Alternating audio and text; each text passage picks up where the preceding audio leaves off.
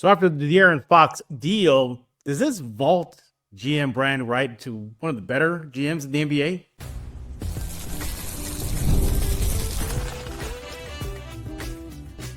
You are Locked On Spurs, your daily San Antonio Spurs podcast, part of the Locked On Podcast Network. Your team every day. Hey, welcome back to another episode of Locked On Spurs, right here on the Locked On NBA Network. I'm your host, Jeff Garcia, Spurs writer for Kings 5 San Antonio. Glad to have you all back. Make sure to subscribe to Locked On Spurs wherever you get your favorite podcasts. You know where to go: iTunes, Spotify, Kings 5 Plus, have YouTube.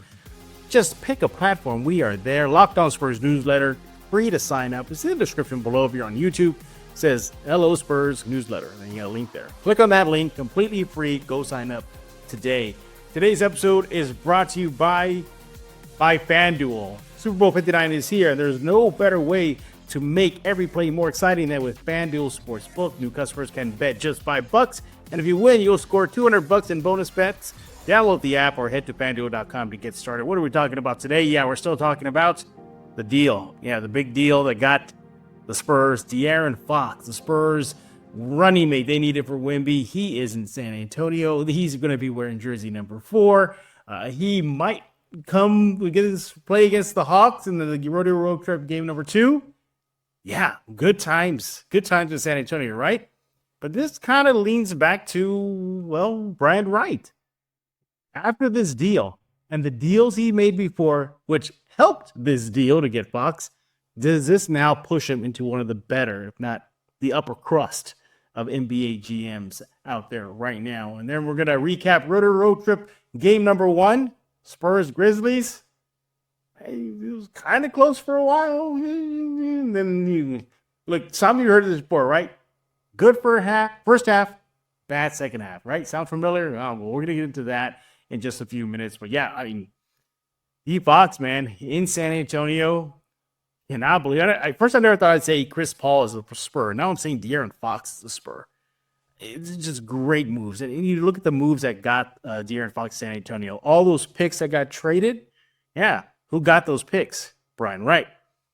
Yeah. To be able to convince the Kings and to a degree the Bulls to take non-starters for the Spurs roster. Trey Jones, Zach Collins, Sissoko happened.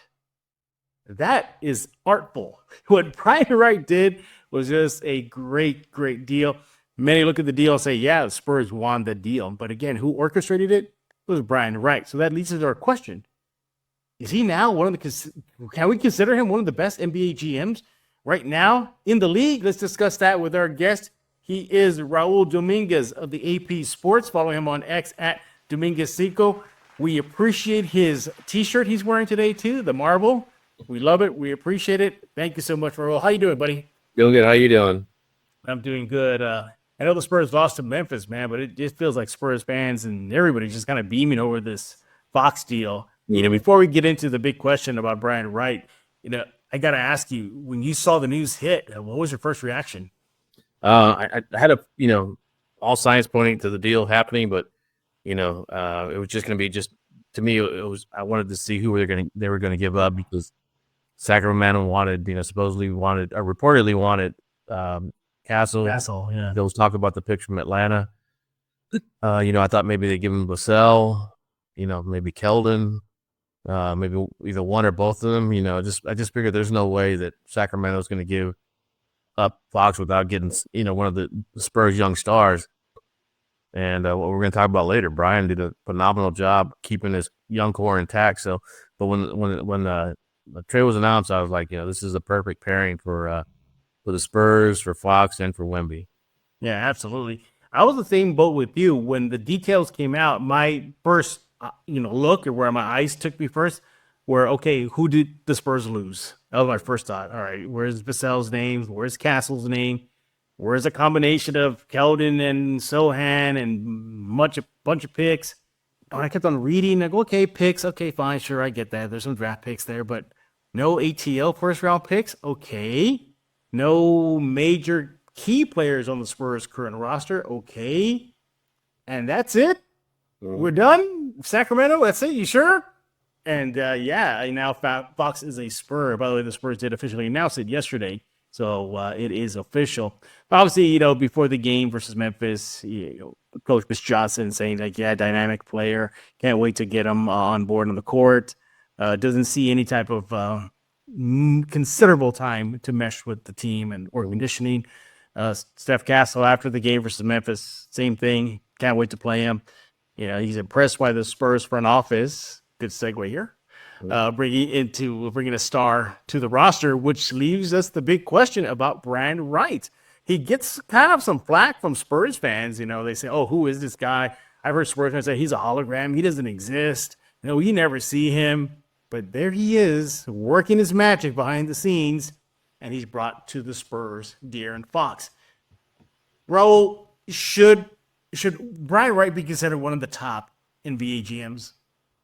I've thought highly of him. I thought he was one of the top GMs even before this local, this recent run, because it hasn't been easy for the Spurs, the years that they had, such great teams, they were having to pick 29th, 28th, 27th, and Wright was Buford was the GM there, but then they brought in, Brian to sort of take his place and kind of study under him and then take his place. But I thought Brian was making some great moves prior to this.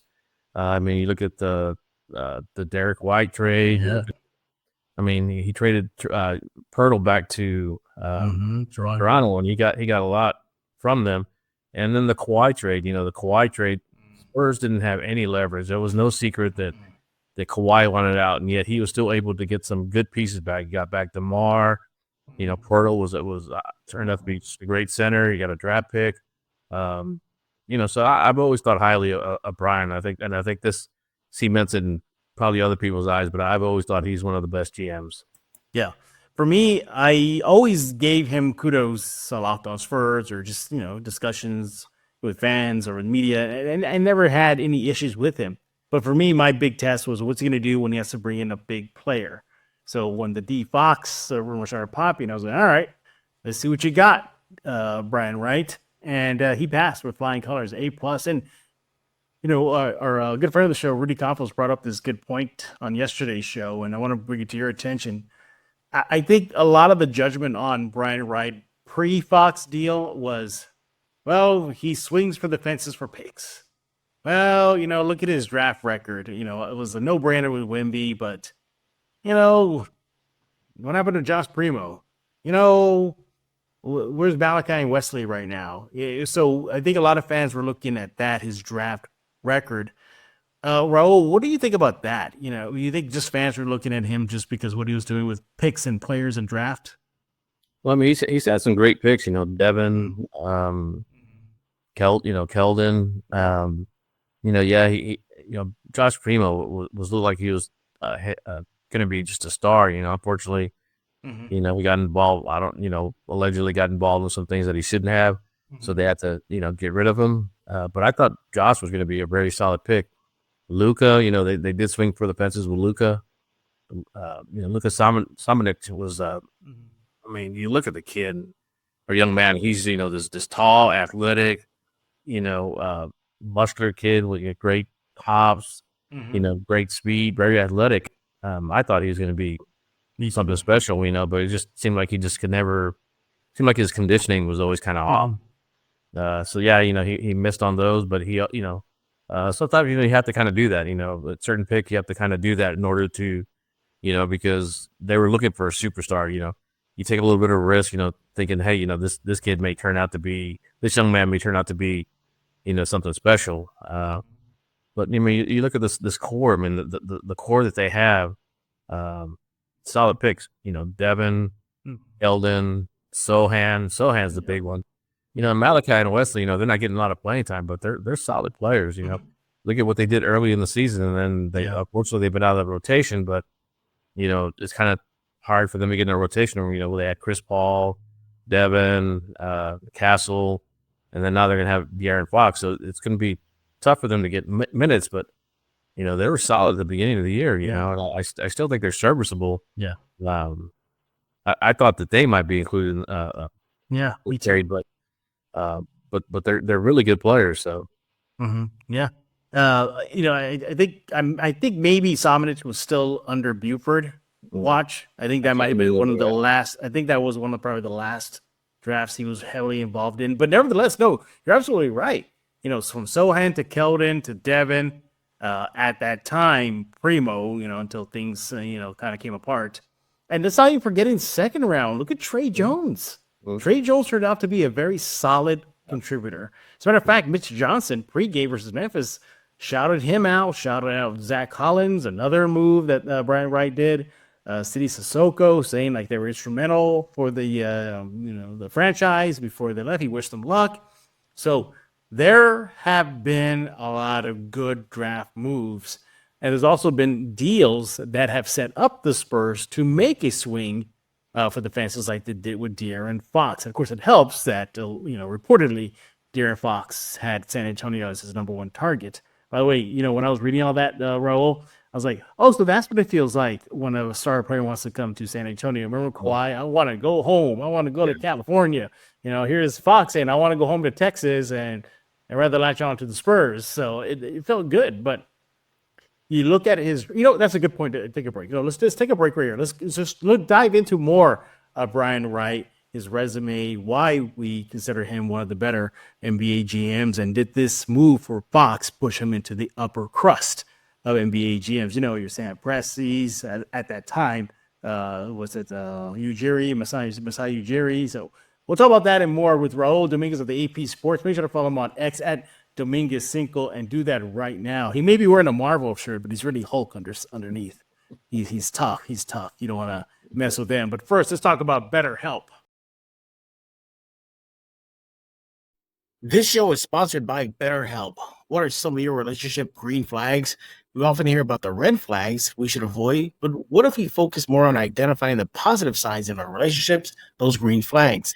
If you're not sure what they look like, therapy can help you identify them, actively practice them, and even embody that green flag energy yourself. Whether you're dating, married, building a friendship, or just working on yourself, therapy can help you form relationships that love you back. Therapy helps you develop healthy boundaries, improve your communication skills, empowers you to set clear expectations, express your needs in relationships. Therapy provides tools for managing conflict in ways that strengthen your connections rather than break them down. BetterHelp does this, and it makes it easy by offering online therapy with over 30,000 licensed therapists to choose from. And if you need to switch therapists, you can do so at no extra cost. Discover your relationship green flags with BetterHelp. Visit BetterHelp.com/LockedOnNBA today to get 10% off your first month. That's BetterHelp, HELP.com/LockedOnNBA. Hello, Spurs fans. Joker here, and I listen to Locked On Spurs with Jeff Garcia. And you better too. We're back right here on Locked On Spurs with Raul Dominguez of the AP Sports. He is based in San Antonio. Follow on X at Dominguez5. We're talking about Brian Wright. After the move to bring Fox to San Antonio, this pushed him into the upper echelon of NBA GMs. We look at more of his trades that he's done pre-Fox. I think the big one for me, again, before De'Aaron deal, was the DeJounte Murray deal. To get unprotected first-round picks in a loaded draft class that we're going to see in a few months and how that shakes out. So to me, that was his best move before Fox. What do you think? yeah, unquestionably. Yeah. Most of the time when teams trade away first round picks, you look at even the picks that Spurs got from Chicago and from Charlotte, they're protected. Atlanta didn't put any protections on it. They're in 3 picks and a pick swap. So 3 first round picks and a pick swap in the first round. So that was just. And DeJounte, I really like DeJounte. And by the way, prayers to him to get better. But DeJounte, coming off an All-Star season, great player, but that was a really lopsided trade for the Spurs. No offense to DeJounte, but you look at what teams are now trading, and that was just lopsided in favor of the Spurs in terms of potentially in favor of the Spurs, depending on what they can get. So, but that was a phenomenal trade for Brian. And then I think the best part is he's held on to those picks. there's been so much talk about, hey, if we trade this pick for this player or that player, and he's built his team back up without getting rid of any of those picks. Mm-hmm. Yeah, absolutely. And again, the sticker price for Fox didn't really dig deep into the Spurs' war chest of draft picks. I mean, there weren't those unprotected first round picks. There weren't even either. I really expected the Kings to be like, all right, fine, we can't have Fox, but you got those 2 unprotected picks in next year or this year's draft. So let's talk turkey. And I was waiting for that to happen, but nothing. But think about it. Just everybody else, listen up. In that D Fox deal, he kept the core players on the roster. Your Keldons, your Jeremys, your Devin Vassell's. All right. He kept Castle. That was a reported deal killer. Still in Spurs colors. And then you were able to unload Zach Collins' big contract to Chicago. And the parts that you traded away, Trey Jones and City Sissoko, there were role players. They were just bench players. And you got an all-star, which kind of makes you want to say that, yeah, I think after this move and you look collectively at what he's done to being a Spurs GM, I think you have to push him up there as one of the best NBA GMs. What do you think? Yeah, I mean, I definitely think so. And then, the other thing is, with the those 2 first-round picks that he did deal, I always thought that because those potentially Spurs could have 4 first-round picks in this upcoming draft. But I always got this, just me personally, I always got the sense that, they may package some of those deals, first-round picks for a deal to move up.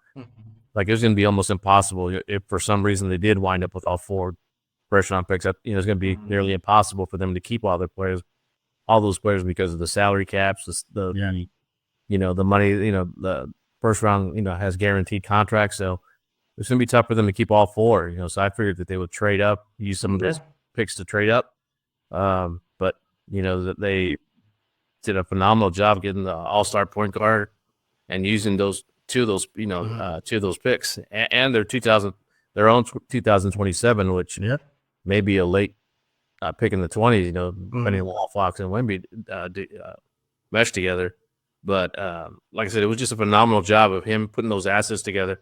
And then the other part that we hadn't really talked about was just the way he kind of built it up. He kept adding second-round picks. Hey, this team needs Spurs involved, so they can get matchup salaries or what have you, or a trade exemption or whatever. So, hey, you know what? Give us that second-round pick. We'll be including the deal. Give us this expiring contract with Reggie Bullock, and they got a first-round pick out of it. Give us Harrison Barnes, another first-round pick. So it's just been incredible seeing what he's done. Is just gathering all these assets, and he gathered these assets for something like De'Aaron Fox, or it would have been somebody else, So he knew that he could trade these assets or he can keep them. But I always got the sense that he was going to use that to make the roster better by picking someone up. But honestly, I thought he was going to have to give up a whole lot more. Me too. To get someone of Fox's stature. Yeah. And then you look at also the roster he's built for this season. Chris Paul, Harrison Barnes, they didn't cost him anything. They pick up Barnes' contract to make another trade work. Paul, they signed as a free agent, so they got the veterans that they needed, and still kept all their assets. Yeah. You put everything together, and you then think, okay, this team may not be done because the sticker price for Fox didn't even make a dent in the war chest that they have from picks. And yes, 2 players they can still flip. First rounders, they got them. Unprotected first rounders, they got them. Second round picks, they got them. You got young players that may need to be part of a deal to bring in another star quality player.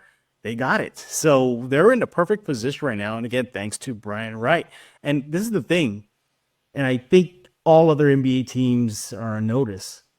This team is probably not done tweaking this roster whatsoever. This team is shaping up to be a powerhouse, maybe sooner than later. What do you think? Oh yeah, no question. I mean, Fox gives them a closer that they need, and his ability to close is going to help out Wemby. Is going to help out Vassell. It's going to help out Castle because the pressure won't be on them as much. They have another closer, so and teams are I'm sure going to want to just focus heavily on Fox, in the clutch moments. They can pass the ball off to a Wemby, to a Vassell, or to a Castle, and that's going to help them out, help them close games better. Because as of right now, teams can concentrate on Wemby. They know Wemby's going to get the ball, so they do a lot of focus on him defensively late. So having Fox there is really going to help them. And he fits their timeline. I mean, he's 27. Wemby's 21. Fox is 27, a little bit older, but not much older. I always hear people talk about how the prime for NBA players is 31, 32. So he hasn't really, basketball wise, NBA wise, hasn't hit his prime. Maybe not for another 4 or 5 years. So you look at Wemby's development. Fox is young enough to relate to Wemby and the other players, but he's experienced enough to where he's going to provide that veteran leadership, those young legs to just help them, to push them, across, help them be a playoff contender. I think they're a playoff contender now. Yeah, I was going to say, I don't know if they're going to be able to get to it because of the number of games, but if they do make the play-in, they're going to be a really tough team. No one's going to want to play them. Nobody's going to want to play them if they get into the play-in too. And then we're going to talk about the Spurs-Memphis game in a bit. But if you look at that game, they could have used the Fox, because they win the scoring drought. They just couldn't get the ball in the bucket and transition. Get out on the break. We talked about this before, Raul. Pace. That's something the Spurs have really struggled with, and now they got a guy that can kick up the pace. He is considered one of the fastest guards in the NBA. As a matter of fact, he put a new commercial out. Now he's a Spur displaying all his sneakers. And what do you say? Oh, I'm the fastest. I'm faster even in cowboy boots. And then it cuts to the words, even in Spurs. So, yep. So you got a quick guard. And, they'll say, oh, you're a 3-level scorer. I think this guy's beyond that. He can hit the 3 shot. He can hit the long 2-point shot. He can hit the mid-range. He can penetrate to the basket. He can get easy hoops at the rim. Then he can score in transition, so he's exactly what the Spurs need. And this whole knock about him not playing defense, I think it's false. I think they call him Swipe of the Fox for a reason, the steals. And then I think a couple of years ago or a year ago, among point guards, he had a defensive rating that was like top 5. So, that whole knock on him about defense, I don't buy it. But I think Brian Wright is not done. I think he's cementing himself as one of the better NBA GMs. Raul, I wouldn't be surprised if teams down the road try to poach him from the Spurs. What do you think? Yeah, I mean, he's, when obviously he had a great general manager and RC Buford, probably the GOAT coach and Popovich. So, when RC was getting ready to make that transition, away from becoming the general manager, being more of the behind the scenes guy, they had their pick of who they wanted, and they wanted Brian Wright. They got him from Utah, so it said a lot about what they thought of him. What the kind of man, the kind of general manager that Brian is. So they saw exactly what he could be, and to me, he's done nothing but just justify what they believed. So, as far as teams poaching them, man, it's tough to. It seems like once someone gets up to a certain spot with the Spurs, like they don't want to leave. RC. I mean, because I know teams wanted RC really bad, and no one could ever pry him away. So they wound up taking all his people underneath him, Sam Press, was Scott Layden, I believe. Yeah. So they may start rating Spurs for some of their other assistant GMs, but I just don't see Brian leaving. Me either. Yeah, it'll have to take some incredible deal for him, to leave, to make at least consider thinking of it. But before we start talking about the game last night, do you think the Doncic trade with the Lakers kind of set the precedent for this year's or this week's, I guess, NBA trade week? Because it feels like when you just get that for Luka, you really can't ask for much for a De'Aaron Fox Sacramento. That's what it felt like. Yeah, I mean, it doesn't matter what. Yeah, I hate to say this, but it doesn't matter what other trade somebody makes. I mean, someone could trade, some all NBA player for, a reserve player and a first round pick or second round pick. could be an absolutely horrible trade, but nothing is going to be panned as much as that trade sending Luka to the Lakers. I mean, nothing is ever going to be painted as a worse trade than that. This season, maybe ever. It's just so many people just can't believe it. I couldn't believe it. So I think maybe people are going like, hey, I signed to make deals. Need to try and keep up, but I'm still stunned by the Doncic trade. Me too, and of course the Lakers. The Lakers, of course. Yeah. You know what this reminded me of? When they got Pau Gasol for like pennies on the dollar. Yeah, I remember Pop got really upset by that because he felt like they were just giving him an NBA title. Yeah, as far as Brian Wright is concerned, bringing back to San Antonio, yeah, I think this pushes them into the upper crust of NBA GMs. But I think, for me, I still have him a little bit on the hot seat because I want to see what he does this offseason with the draft picks. Because they can't keep them all, so you got to flip them eventually. They flip a good chunk of them, but not almost good, not all of them. I also want to see too, if more retooling of the roster will happen. What happens now with De'Aaron Fox because he's clear number 2. What does that put Devin Vassell at now? So we thought it's going to be him, but obviously it's not. So Vassell will take a back seat and come off the bench. Be a third option, so all that's going to play, but we'll see how Brian Wright figures out. But kudos to Brian Wright, masterful job in the De'Aaron Fox trade and the previous trades that he did to set up to make a deal to get in an all-star.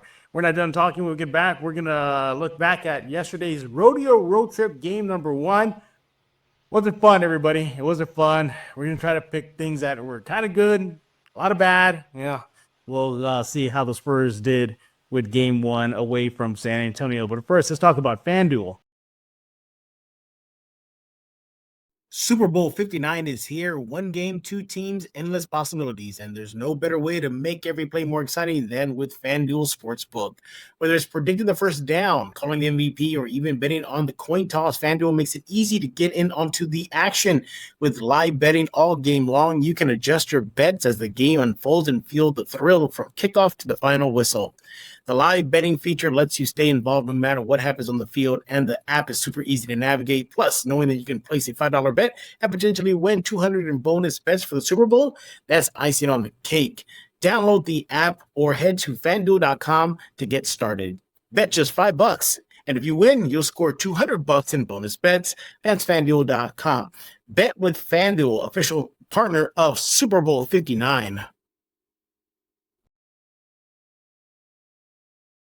I am Megatron. Do not fail me and subscribe to Locked On Spurs with Jeff Garcia. We're back right here with Raul Dominguez of the AP Sports. Follow him on X at Dominguez Cinco. Make sure to do that right now. He'll talk about what he's working on later on this show. By the way, did you see the teaser for Fantastic Four?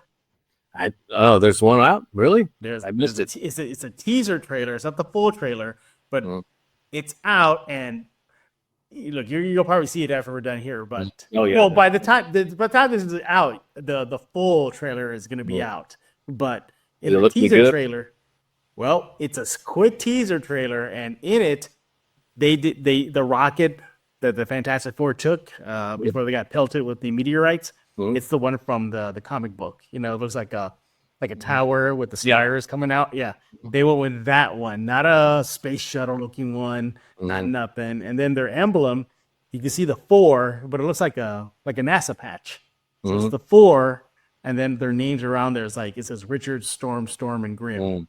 So I'm looking forward to it. I'm looking forward to Marvel having the Fantastic Four back rather than Sony. Me too. We're a little bit of a nerd trip right now. I'm going to give you the warning right now, bro. Okay, so there's probably going to be a time, post game, where De'Aaron Fox is up there. Okay, I'm going to look around to make sure everybody's done with their questions about the game and whatnot. I'm going to ask him a Dragon Ball Z question. It's going to happen. I have to, Raul. No, you have to. And nobody in the room should be shocked that the San Antonio's biggest nerd is going to ask De'Aaron Fox that question. And nobody should be shocked. He's going to appreciate it too. So I already got a question lined up for him. I'm going to test his deep dive knowledge. So we'll see what happens with that. All right. So the Spurs started off the road trip with a loss. losing to the Memphis Grizzlies 128-109. Yeah, they got smoked in Memphis. Not a good way to start the RRT, but nevertheless, what do you want to do? Start off with the good or the bad? You pick. I guess the bad. All right, take it away. What stood out for you on the bad side of things? First off, the gentleman that unfortunately had the medical episode. Doing CPR. I heard on the broadcast that they said he was breathing as he was taking off the court. So thank God for that. I hope the gentleman's fine. That's frightening. To have that happen. Yeah. That may have impacted the Spurs. Seeing something like that. The delayed start. There's also the trade. I'm sure there's some excitement about getting Fox there. I'm sure there's also some sadness, losing good friends and from the team and Trey Jones and CD and Zach Collins. This was a really, really tight bunch. So, I don't know if maybe all that played a factor in it, but what I do know that definitely played a factor was they just couldn't keep up with Memphis offensively. I mean, right now, Spurs defense is a little, hit and miss. So against a team like Memphis right now, you have to, it's basically going to be a shootout, and Spurs just don't have that right now. Yeah. Once Fox comes, I think he's going to help that out tremendously. They're going to have another scoring option, but right now they just don't have that, and that's what Memphis is doing. Memphis is, you mentioned earlier, as far as the pace, Memphis just, they wear you down offensively. Spurs just could not keep up. I mean, whenever the Spurs had a little bit of a dry run, even if it wasn't that long, Memphis was just killing them because Memphis just comes at you in the waves. And then the other big thing is with as far as pace, you got to get those rebounds in order to get the fast break, and they couldn't do that. So a lot of their offense was, after a Memphis make, so they, bring the ball down. So Memphis had a little bit of time to set up defensively, so they weren't playing at the same pace that Memphis was. So, offensively, they just could not keep up with Memphis at all. No, not at all. Not at all. My bad thing from the game, turnovers, 23 freaking turnovers. You do to yourself some in-service there, Spurs, by turning the ball over. And okay, fine, you turn the ball over, great, but get back in defense. You look at the points off turnovers, 23 turnovers for the Spurs led to 34 points for Memphis. 34 points. Where is that transition defense? Where is it?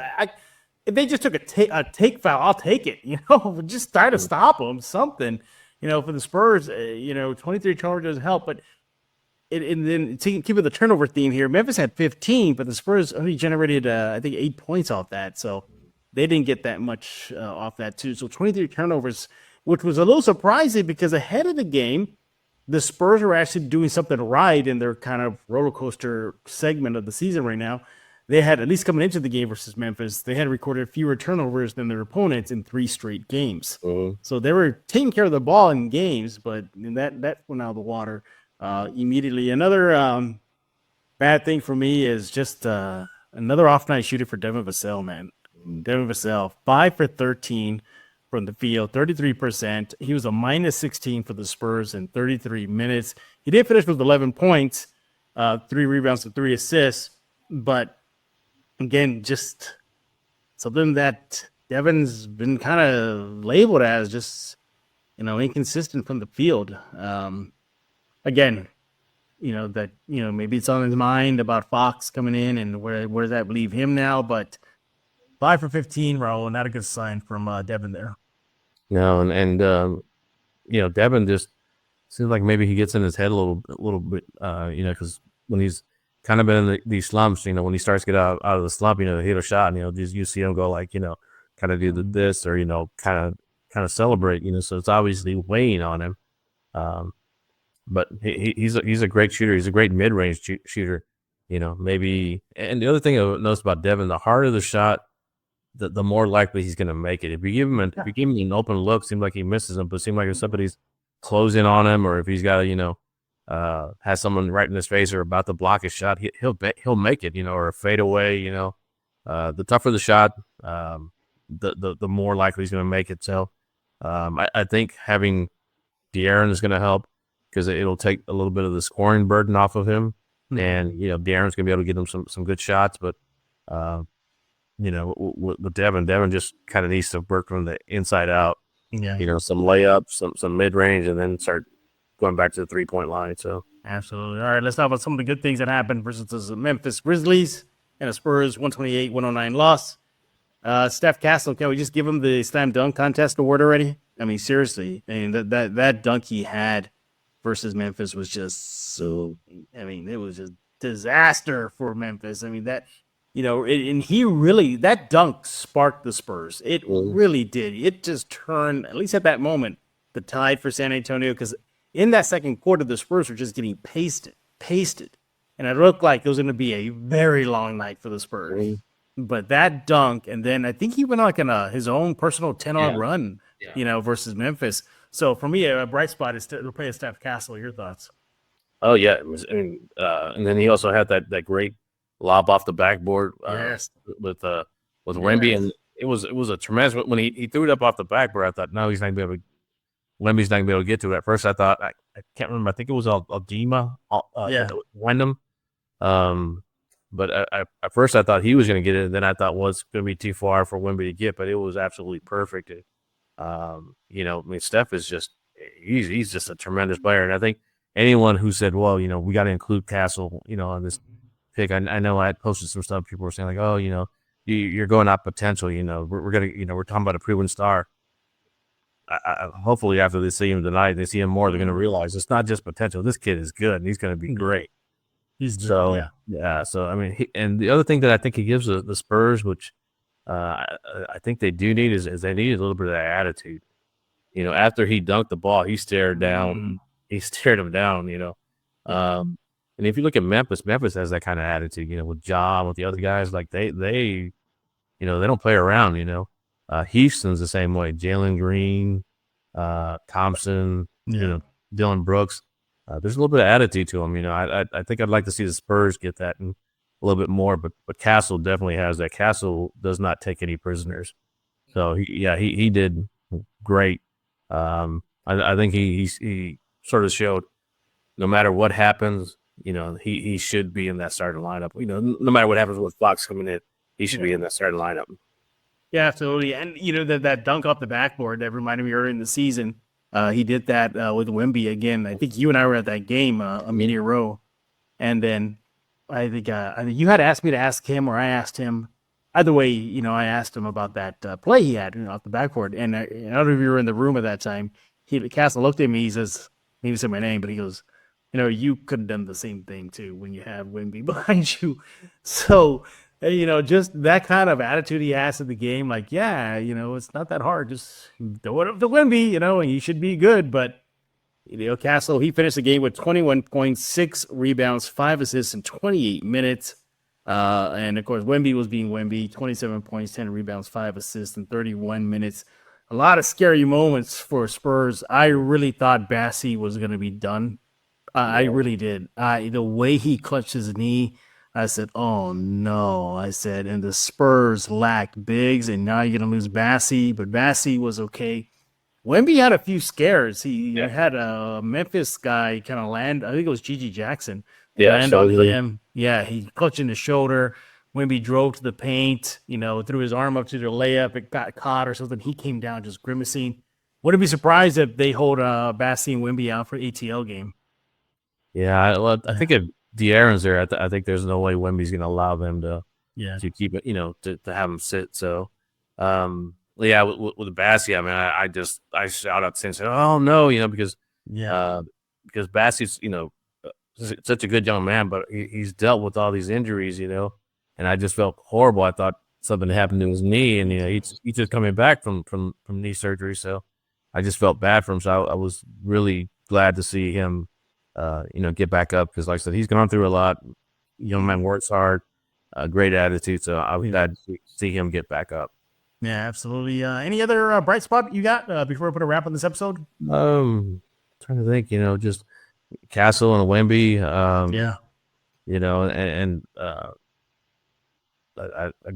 think they're just kind of just waiting on De'Aaron. I think they're anticipating him being there with them.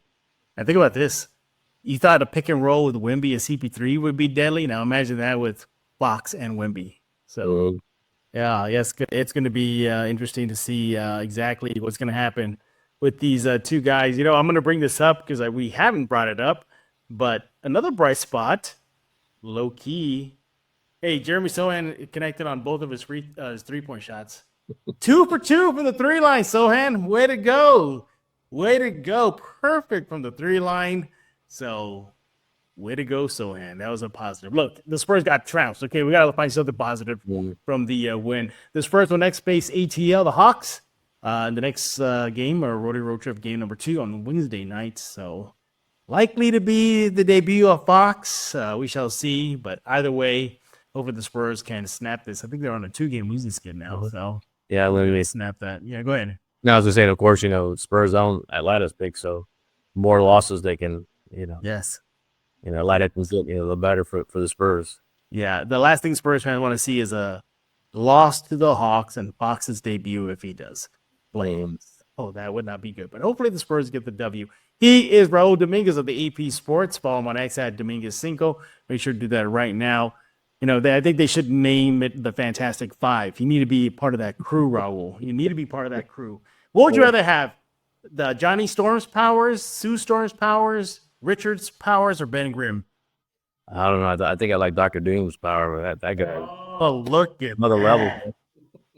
Did you ever see that there's a cartoon, I think it was in the early 2000s, and it's when this it was called The Avengers, and in this animated show, they introduced Dr. Doom, and he's up to no good, obviously. And you had Reed Richards, Storm, Hulk, Hawkeye, Johnny Storm, that is, I should say, not X-Men Storm. Johnny Storm. So, and Iron Man. So they all teamed up against him, just him. Nobody laid a finger on him, on Dr. Doom. Nobody did. Just wrecked them. And all the while at the end, he's just talking smack. So, good pick, bro. Good pick. Very underrated villain in the Marvel universe. So, for me, I'd go with Johnny Storm. I just want to say flame on and then boom, kick off. Just that'd be just so awesome to do. Again, follow Raul on X at Dominguez5. What you got cooking over there on the AP side of things?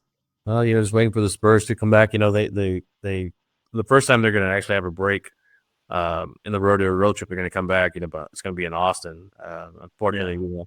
So the first time that local Spurs fans are going to be able to see De'Aaron, is in Austin. They have to make the drive.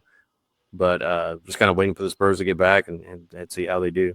Yeah, exactly. So it'll be a while for the Spurs get back to San Antonio, but when they're back, they're pretty much there to stay for the rest of the season. Minimal road trips, but you'll get a healthy dose of the Spurs to wrap up the season. But that's for down the road. By the way, I kind of wanted Fox to wear number 2, because you know why? Kawhi Leonard, but he last minute changed again and went to number 4, but I just wanted to get that stink off number 2, just to have number 2 back on. See what I did? Number 2 stink. See everybody? All right, fine. I'll let y'all go now. On that note, everybody. Hey, I'm here every Tuesday, everybody. But anyway, Raul, thank you for taking time out of your busy schedule to join us here on Locked On Spurs. Don't forget to follow him on X, everybody, at Dominguez5. I know he had a lot of great takes on this, but you got to give him kudos for picking Dr. Doom. Seriously, give him the kudos for picking Dr. Doom. I may start calling him now Doom every time I see him. Hey, what's up, Doom? What's going on there? And we thank y'all for making Locked On Spurs your first listen every single day. Free and available wherever you get podcasts, iTunes, Spotify, Kids 5 Plus app, YouTube. Locked On Spurs newsletter. It's in the description below right now on YouTube. Go click that link. It's completely free. Sign up right now. We'll be back tomorrow. I think we got Dr. Ryan McCorkle. Yeah, he's been away for a while. We're going to catch up with him. You know how Wemby's been dealing with allergies? He's going to talk about that, how it impacted Wemby, why it took him out for at least a game, and so much more. And also, he's going to be talking about the rigors of the rodeo road trip and the players have to go through. So look forward to that conversation tomorrow. And we got another special guest coming up, I think, next week. Well, I'll check my calendar. But otherwise, stay here at Locked On Spurs. So for Raul Dominguez, Doom. I am Jeff Garcia. We're going to put a lock on this episode of Locked On Spurs.